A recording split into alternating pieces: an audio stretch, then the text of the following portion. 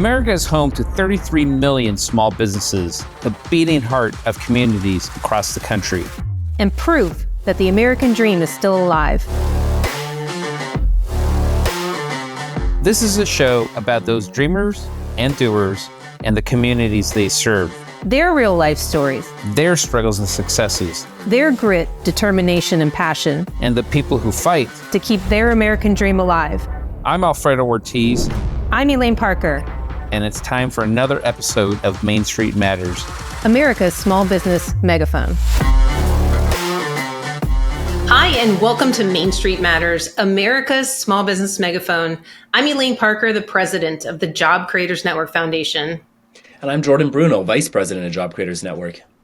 You can subscribe to the show at salempodcastnetwork.com or wherever you get your podcasts from. Today, we're joined by New Mexico State Representative Mark Duncan. Representative Duncan, welcome to Main Street Matters, America's small business megaphone. Thank you. I'm glad to be here. Well, you wrote an op-ed in the Las Cruces Sun News about small businesses. And I know New Mexico is home to 95% of small businesses with an average number of employees about 5. And so you wrote an op-ed about the hidden costs in your state of speaking out in New Mexico. Tell us about that, and then we'll talk about the legislation that you're referencing on the Paid Family Leave Act. You bet. When COVID hit, our governor essentially shut everything down except for the big box stores. They were the only things left open in our state. So consequently, as a result of that, we lost many, many businesses. And so as a result of that, small businesses are afraid to speak out. As we've debated last year, we killed it on the floor, paid family medical leave. And one of the things that, unfortunately, sometimes folks don't exactly tell the entire truth. So Paul Harvey, the rest of the story. So while we're debating a bill, we might say something that, is partially true. But they leave out the other half of that. And what was left out of this was the hundreds and hundreds and hundreds of small businesses that were absolutely against this paid family medical leave. And so consequently, this time around, we're getting more and more small businesses that are actually trying to say, look, we'd love to have a voice here, but we're afraid. So can we go with this organization or that organization, trade organization, and just say, I represent 300 people or 300 businesses, and all of these businesses are against it because individually they don't want to speak out. They don't want to be shut down. They don't want to be. And one of the things that happens all too often is, we can all have disagreements on politics, but let's don't try to put people out of business. And that's what happens is people will actively go after them and try to put them out of business.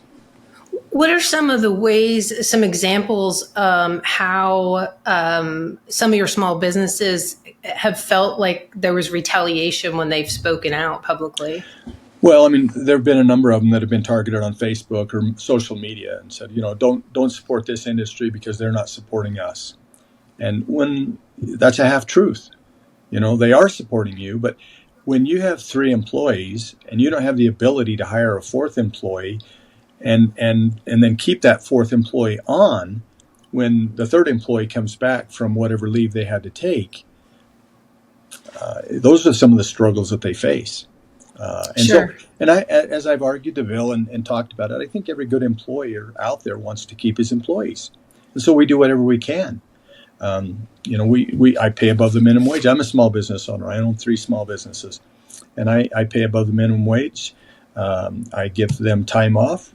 They're paid while they're time off. One of my managers is taking care of her 2 older parents. I can't tell you how many times a week they have doctor's appointments, and we work around it, and it works. So most employers want to keep their employees, and they want to take care of their employees. But to arbitrarily say, you're going to have to give this employee 60 days, 90 days, whatever it turns out to be. 90 days is what they're talking about. And you've got to go out and hire somebody to take their place. And then nobody's going to come work for me for 90 days. So you got to say, okay, I got to create another space for them so that they can have a job when my other employee comes back again. And most employees, the razor thin margin that we operate on, as small employees and small businesses. It's tough. Yeah, boy. Mark, can you give our listeners an overview of the Paid Family Leave Act fight in your state right now? So and I think they even the senator that's bringing it out and carrying this bill, and on the House, they realize there's some serious problems with this bill, and I think they're finally getting some pushback. And so this bill is going to give 90 days. It can be for any reason at all. I don't even know you two, but I could actually write you a letter and state that you need it off, and it would be done. Your pastor can write you a letter, a good friend. And if your dog's having an emotional bad day, I can get you time off for that as well. So rather than create a bill that says, if you're a young mother, for example, and you're ready to have a child, so you can have time to bond with your child, and take care of a mother or a father that is having a treatment for cancer or other illness, rather than leave it very, very narrow and direct, they've opened it wide open. And so consequently, anything can be used. Doesn't matter who it is. Like I said, I could write either one of you a letter. In fact, I could take time off to help you, and I don't even know you. And that's how it's crafted right now, and the language in it. So I think more people would look at it and say, this is a good bill. While it does have good parts to this bill, most other states have called it the weekend bill because people end up taking Friday and Monday off. And so then it turns into a long weekend every weekend. Other states have said, and this is going to go broke the first year. It's going to go broke.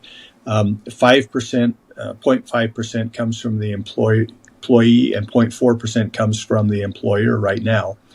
Most states have gone broke within the first couple of years, and so then they've had to start putting extensive money into it, in the hundreds of millions of dollars. And so if it was directed specifically at a mother that was getting ready to have a baby for that purpose only, or for an illness for parents, immediate family only, doctor's excuse, rather than a guy like myself writing a letter for one of you two, I think it would probably be accepted a little bit better. Wow. Before we get to the problems with small businesses, which I'm really curious about, I mean, the first thing that I hear when I hear of a new payroll tax on an employee and employer is the huge moral hazard that creates incentivizing employees to use this, even if they don't need it, because they're paying for it. I was saying to Elaine before we go on, even me at times have been like, oh, I want to use unemployment insurance because my employer, even though I, as an employee, I haven't paid into it, my employer's paid into it all these years. I want to just use to get some of the money back. Now, that's a little bit selfish, but it's also a very rational, market-driven, human nature response. Mm-hmm. Do the legislators not recognize this huge problem? And exactly how you were saying, I mean, it's going to be so much more overdrawn than just the people who need it. Well, in our state, I'm in the minority, and so social programs are something that's we debate bills all the time. We have about 328,000 taxpayers that don't pay a dime in income tax right now. We're getting ready to increase that even more so. So the lowest income people in our state are taken care of. This bill, I've got to pay it. If I have 3 employees, I still have to pay it. I just don't have to follow it. And my employees have to pay it, even though I don't have to allow this. So you have to have 5 or more employees in order for them to be able to have access to this. But we still have to pay it. This will be the largest tax increase in the state of New Mexico ever. Wow. And so when we talk about taxes, most people that are working minimum wage jobs or $15, $17 an hour jobs, they don't want one more thing taken out of their taxes. And we have heard over and over and over that same thing, but it doesn't seem to matter. And I don't quite understand the push. Instead of pushing people to become better and get better jobs, we give them social program after social program after social program, and it does nothing in the long term. In the short term, it might help out, but This program has, in Connecticut, the best, probably one of the most liberal states there are probably, it's a employee contribution only. So if you want it, you've got to pay for it. The employer doesn't pay a thing, and neither does the state. So just to clarify, you have to have 5 or more employees for your employees to use it, but all employees, no matter what size, are going to pay the tax. Yes. Yeah. You could be a self-employed guy, and you're still going to have to pay into it. So there's a bit of a competitive disadvantage there. Why would I want to work for somebody who only has 3 employees if I have to pay a tax that? So if you're really a small business and you've got 1 or 2 people who work for you, they're going to take a tax increase on something that they'll never be able to use. So why do they want to work for you? Mm-hmm. And I think that goes to the point that we've been talking about and trying to make for the last couple of years on this. So the big guys on the block, they can afford it. You got 200 employees, 300 employees. You're going to pass it on, but the little employer, he's going to raise prices on everything. So everything is going to cost more. I'm going to automate however I can automate, and people are going to lose jobs as a result of this. And if that employee can go to a company down the block that has 300 employees and take advantage of that, and that's what's going to happen. My brother works for a large corporation, works for Microsoft, and they offer as a benefit to their employees paid family leave for taking care of specific provisions, and they offer pay of that 90 days that you can take. 4 weeks of it can be paid, and you don't have to take it consecutively or anything like that. But that's a major corporation. So if he takes off 4 weeks over the course of a year to care for a sick parent, there are probably 3 to 5 of him for his job.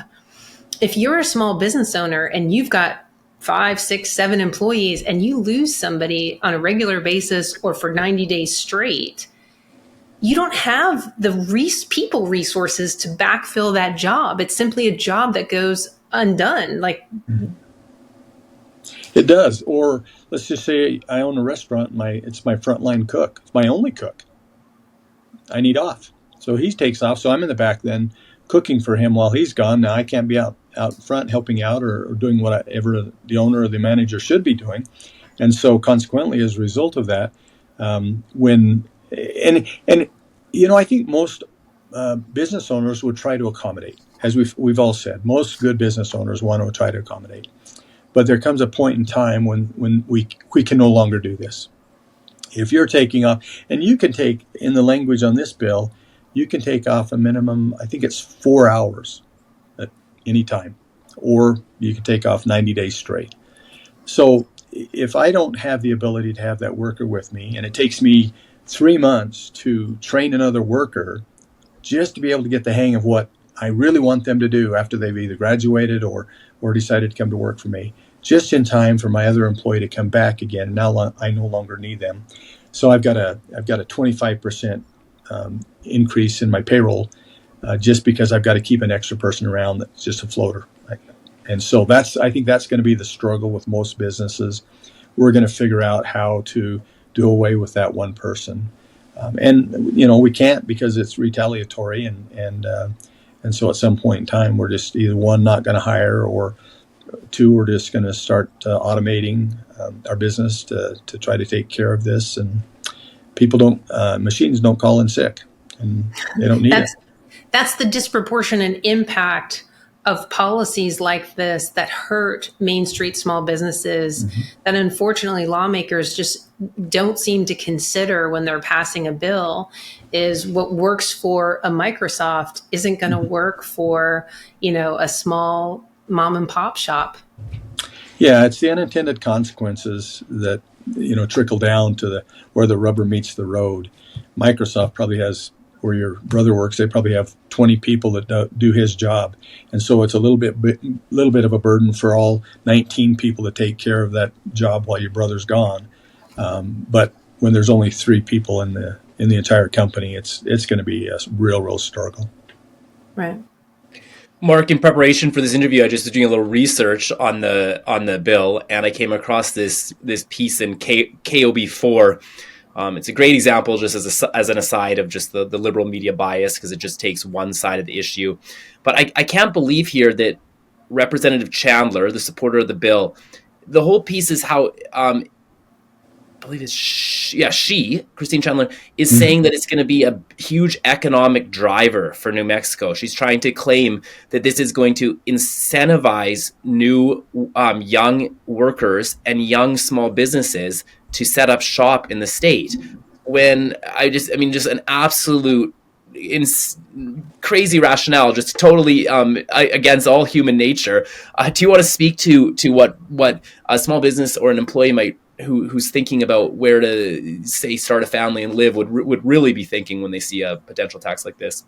That's spoken like a person that works for Los Alamos National Labs, which she did. Okay. There you have it.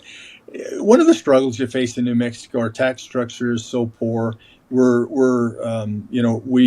lead nothing in the state except for unwed pregnancies. That's it. The rest of us were down in the 50th percentile of almost everything. So when you're talking about coming to New Mexico and actually wanting to open up a business, I have 4 daughters. My wife and I have 4 daughters, and 2 of our daughters are out of state, and they're never coming back to the state of New Mexico and they're all self-employed, just because of that right there. When you have a tax structure that's not conducive to businesses or small businesses in particular. I have a lot of respect for Rep. Chandler, but it's spoken just what you'd think would come out of a person's mouth that works for a corporation that has lots and lots of money coming in from tax dollars. They don't have to worry about where they're... Never signed the front of a paycheck. Yeah, I was going to say, that was what I was going to say. When you haven't signed the front end of a paycheck before, some of this, you just really, you probably ought to do that before you start coming out and making comments like that, because it hurts the rest of us. It's those unintended consequences. I call it the I-25 bill. So if it's good for Santa Fe, Albuquerque, and Las Cruces, it's probably not good for the rest of the state. My last question just gets to what Elaine started with. Her question just on the fear the small businesses have. We run a small business advocate program where we work with small businesses to tell their stories, and we've certainly seen this firsthand. I mean, if you're a small business operating on a razor thin profit margin, you're concerned that any publicity like that could hurt your sales, which could make the difference. So I know there's no easy answer to this question. But what can we do to motivate small business and entrepreneurs to tell their side of the story, to really educate the public on the real effects of these policies? Well, I think that as the small restaurants, to join the Restaurant Association, the guy he's a contractor, but he only has himself and 2 other folks working for him. The small plumbers, the electricians, whatever you're doing. As they join their own trade organizations, that's where their voices can be heard the most. Because then when they come and testify, then they can stand up, those lobbyists can stand up and say, I represent 300 organizations, 300 plumbers, 300 electricians, 300 contractors, 300 restaurants. And the Restaurant Association was great. They held rallies out here at the Roundhouse last year, and then they spoke on behalf of in opposition of the bill as well, and I think that's the best thing that they can do, because independently, and we've had a few of the bigger employers in the state come out in opposition to this, and they're big enough to weather the storm. They got 3 or 4 different restaurants, and so it's tough to put a guy out of business when he's got a whole lot of money in his back pocket. But for the small businesses, when you come out in opposition and then they try to go after or target your business. So that's why I say the best thing that they could do is join an organization, make their voices heard to that lobbyist, to that organization, or the CEO of that organization, and then they can come forward, and then they won't be individually targeted. But that's the problem. They're afraid to speak out. I mean, I'd probably be afraid to speak out if I wasn't a legislator. Yeah. No, I can certainly empathize. We both can certainly empathize with that. Yeah, the liberal media and the left are very organized at drowning out and crushing any message of dissent. And so, like Jordan referenced, we have a small business advocate program, and we work with small business owners around the country to really help amplify their message about their business. So, for example, we worked with small business owners in 2017 to help get the Tax Cuts and Jobs Act across the finish line, and we did that by, finding folks across the country that could talk about what they would do with their tax cut, and as far as investing back in their businesses, hiring more employees, and growing their businesses. And by getting those stories out and having DC legislators and lawmakers hear those kinds of stories, those are the types of things that push the bill over. So when you talk about small businesses actually coming and protesting this bill in New Mexico, that has a massive impact. And you don't need thousands, because the reality is small business owners can't come in thousands. They're running their business. But if you get small business owners to create a drumbeat, and they have that message and it gets amplified, it scares lawmakers to death, because the power they have is voting. Well, and the other thing about that I don't think that I go back to the same thing. If you haven't signed the front end of a paycheck, you really shouldn't even be talking about some of the issues we're talking about. All of these things that we've talked about, like our healthcare in our state, is horrible. Not that our doctors are horrible, they're not. Let me rephrase that. We are doing a really, really good job of trying to kill two industries in our state. One of them is oil and gas that funds everything. I mean, they fund 45% of our budget. We've got a it'll be $11 billion budget, and the majority of that comes from oil and gas and GRT. Well, we have, due to some tort reforms they made a couple of years ago, doctors and our healthcare providers are trying to vacate the state as fast as they can. So we do a really, really good job in our state trying to crush businesses from even trying to come into the state. And that's the other thing that it just boggles my mind. When you say, well, I'm trying to help business out, in reality, you're offering social programs that doesn't help the people. You're feeding them a fish, but you're not teaching them how to fish. You're not saying, okay, this is going to be a struggle for you. All of us were in college. We had kids in college, and we were poor as a church mouse. But we struggled through it. We got through it.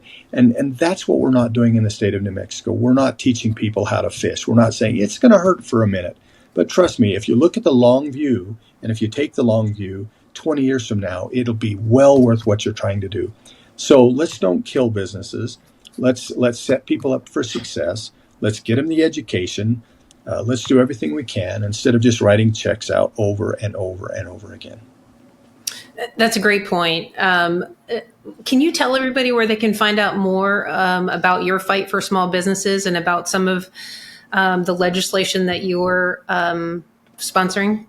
You bet. You can go to newmexicolegis.gov and look up Mark Duncan, and you can see everything we're trying to do here, that I'm trying to do. And like I said, we're in the minority, almost in a super minority in our state. And so our fight is really, really tough. I'll use football as an analogy here. Once in a while, we're going to score a touchdown. We'll hope to get a few first downs, but a lot of times we just try to get in the way of a bad bill. And so we play defense a lot more than we play offense in this state. Well, I think you're doing things the right way in trying to amplify that small business voice, and you of all people as a small business owner can understand it. So thank you so much for coming on the show and talking about it. It's the language we speak. We'd love to work with you in ways to help amplify small businesses in your state on issues that are important at the state level as well as at the national level. So thank you so much for taking the time to join us on Main Street Matters today. We are America's small business megaphone. And thank you all for taking the time to tune in and listen. Main Street Matters is part of the Salem Podcast Network, and new episodes debut every Wednesday and Friday. You can subscribe to the show at salempodcastnetwork.com or wherever you get your podcasts from. We will be back soon with another episode. Bye for now.